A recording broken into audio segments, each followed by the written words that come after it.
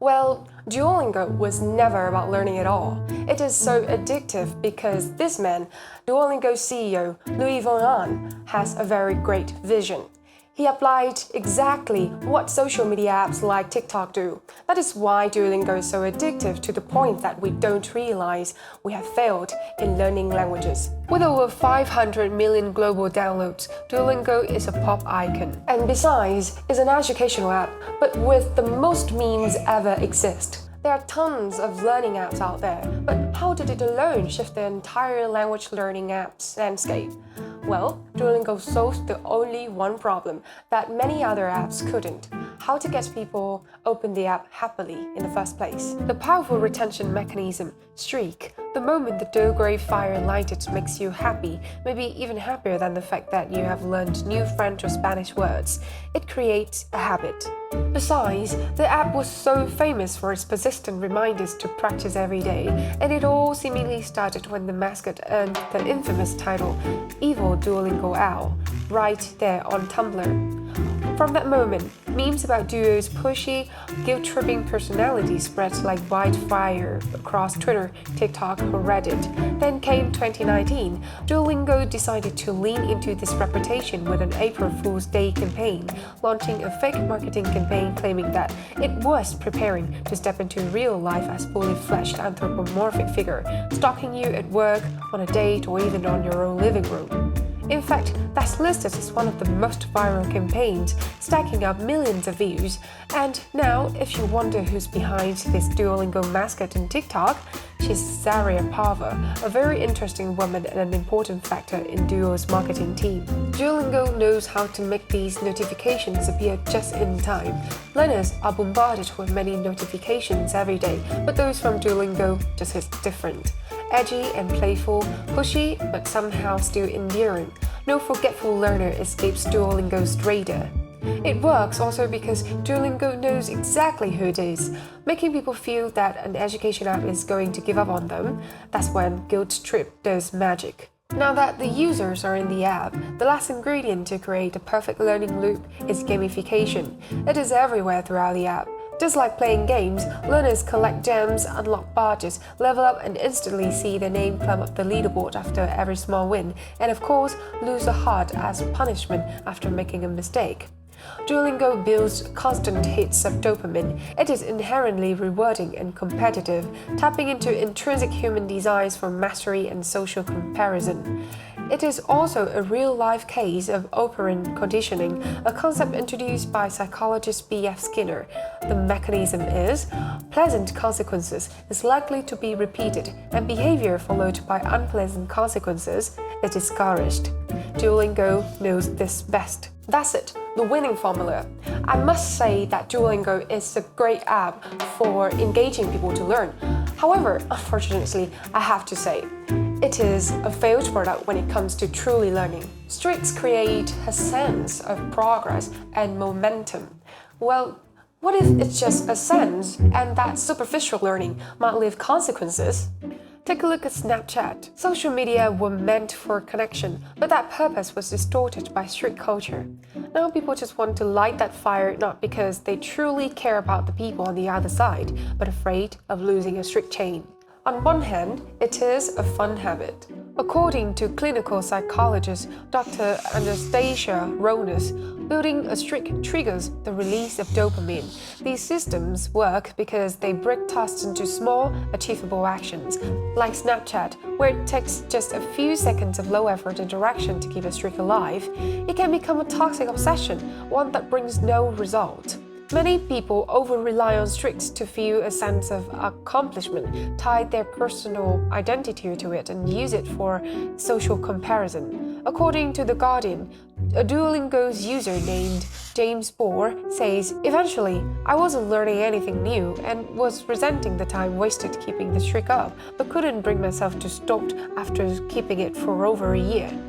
He realized he wasn't studying, but just responding to a vague anxiety about the streak breaking. It's so dangerous as it gives us the illusion of actually learning something until one point we realize that our over 300-day streak was short of nothing. Still, why do many people find it hard to give up streaks?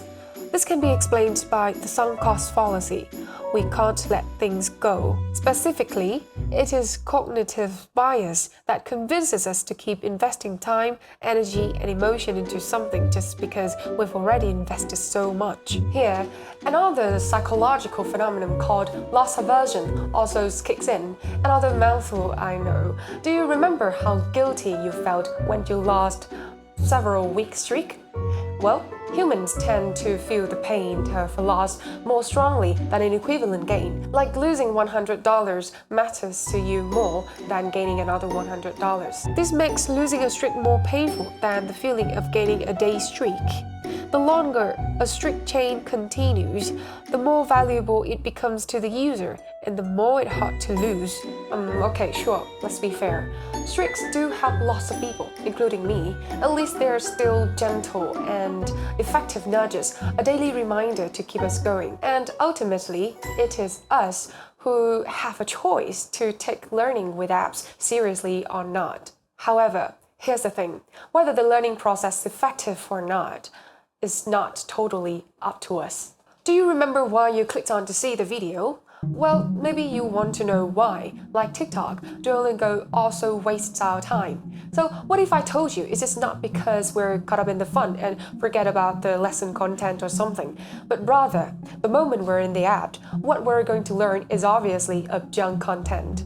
From the most loved company, owning nearly 17 million followers on TikTok. Now, what we found in the recent video's comment section is hate. What happened? Well, things got worse. In April 2024, Duolingo, I might say once again, stirs the public's attention when Duolingo's CEO, Louis von Ahn, announced on LinkedIn that the company now would become AI first. In that AI memo, he said, quote, "For the first time in history, teaching as well as the best human tutors is within our reach. Making minor tweaks to a system designed for humans won't get us there. We'd rather move with urgency and take occasional small hits on quality." The last line in particular did not sit well with many people. Also, it came with many ethical concerns about human job displacement and AI slop. In response to the backlash, the CEO issued a follow-up post assuring the public that Duolingo still cares deeply about its employees. In order to be objective, I still wait to see how Duolingo will perform in the future and how the dynamic of Duolingo's 1,000-member team will change. But now, there are many things that I believe Duolingo parent company should work on to provide users around the globe a justifiable answer. First of all, Duolingo did implement layoffs. Approximately 10% of Duolingo's contractor workforce, primarily in roles related to translation and language instruction, stated cost-cutting and increased efficiency. But here's the truth. If Duolingo had implemented AI and actually improved the content quality and the learning experience, maybe it would have felt more justified. But that's not what happened. Instead, many users report that the lesson quality has worsened more than ever. Using AI means compromising the nuanced understanding of language, cultural context, and the subtle complexities that only humans with expertise in education and language study can truly provide. What's the point of a 300-day streak if you can't even have a basic conversation in the language? Many people finally realize this and they publicly quit, abandoning 100 or 1,000-day streaks, and even deleted Duolingo for now. They don't want to waste their time for what potentially become an AI slop. We can see the attitude toward AI now has already been highly sensitive across nearly every field, from issues like job displacement to loss of authenticity or misinformation and deepfakes. There's a growing wave of backlash.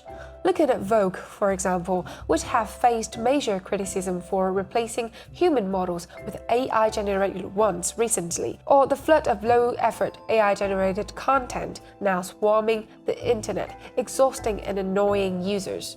But in education, the dynamic is even more complex because here, human connection is essential. Well, looking back at myself for the last 1 year, to be fair, Duolingo still made me learn something. Isn't it better than learning nothing? So it urged me to answer the one last question before I could let this video end. Who still needs Duolingo? From how the app performs now, Duolingo is still ideally suited for casual learners who seek to pick up basic phrases for travel, re-engage with the language, or simply enjoy the gamified experience without the pressure of formal study.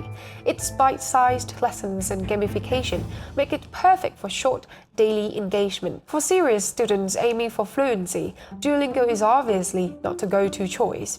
These learners typically need to combine it with grammar textbooks, conversation partners, immersion experiences, or other comprehensive learning methods to achieve their goals. When making this video, I realized something that I believe some among you guys also think of too. It is learning in modern era with the help of technology and AI. Language learning apps have done an impressive job breaking away from traditional and boring methods by trying to interject psychological factors like the sense of progress or instant rewards of fun animations. But whether these tools or these brain children of tech companies are genuinely built to help us or just cleverly designed to keep us engaged and sometimes make us spend more, maybe, ultimately, it is our responsibilities to reflect on our own progress. Deep down, we all acknowledge that mastering a new language or any skill is just far from fun and games. Just by acknowledging that, we can choose the right companions for our educational journey and take proactive steps in our personal growth.